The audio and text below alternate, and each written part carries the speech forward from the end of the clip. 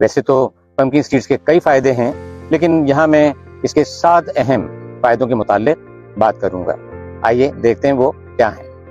Number 1، heart health. ان میں magnesium, vitamin E اور omega 3 fatty acids کی موجودگی ہمارے ہارٹ ہیلتھ کے لیے بہت ہی فائدے کا باعث ہوتی ہے۔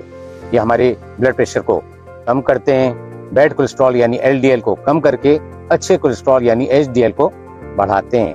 اس کے ساتھ یہ بلڈ کلوٹس کی فارمیشن کو کم کر کے ہمیں کسی بھی ممکنہ ہارٹ اٹیک سے بچاتے ہیں۔ Number 2، diabetes.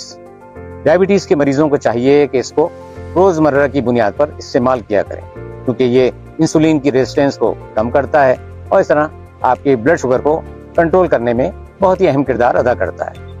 Number 3، night sleep. Pumpkin seeds میں ایک اہم امینو ایسڈ موجود ہوتا ہے جسے ٹرپٹوفین کہتے ہیں۔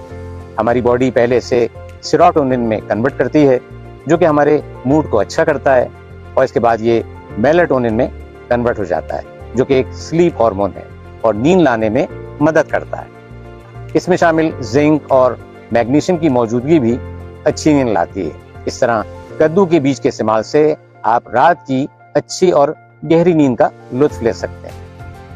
Number 4، sexual health. یہ آدمیوں اور عورتوں دونوں کی ہی سیکچول ہیلتھ کے لیے بہت اہم رول ادا کرتے ہیں۔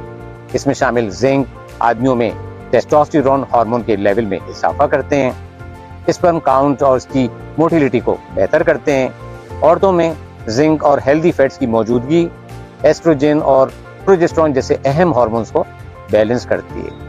جن خواتین میں مس کیریج یا پریگننسی ہونے میں مشکلات ہوتی ہیں، پمکن سیڈز کے ریگولر استعمال کرنے سے ان کو بہت امپرومنٹ ہوتی ہے۔ پوسٹ مینوپوزل خواتین جو کہ اکثر ہاٹ فلیشز، سر درد، نیند کا نہ آنا اور جوڑوں کی درد کی شکایت کرتی ہیں، پمکن کے بیج کے استعمال سے ان کی علامات میں بہتری آتی ہے۔ Number 5، BPH۔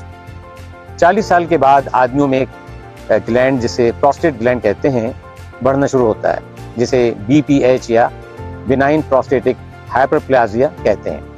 اس کی وجہ سے رات میں پیشاب کے لیے اٹھنا، پیشاب بار بار آنا، پیشاب میں رکاوٹ اور اس طرح کے کئی پرابلم شروع ہو جاتے ہیں۔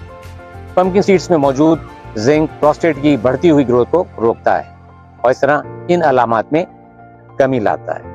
Number 6، increase energy. اس میں کاربوہائیڈریٹ، پروٹین اور فیٹس موجود ہوتے ہیں جو آپ کو انرجی مہیا کرتے ہیں۔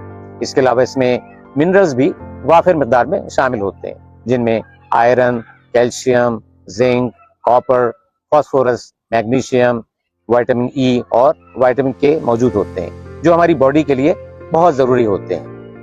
Number 7، bone health. اس کا مستقل استعمال ہماری بونز کو مضبوط کرتا ہے اور بڑھتی عمر میں ہونے والی ایک بیماری آسٹیوپوروسس سے محفوظ رکھتا ہے۔ آئیے اب دیکھتے ہیں کہ اس کو استعمال کرنے کے مختلف طریقے کیا ہیں۔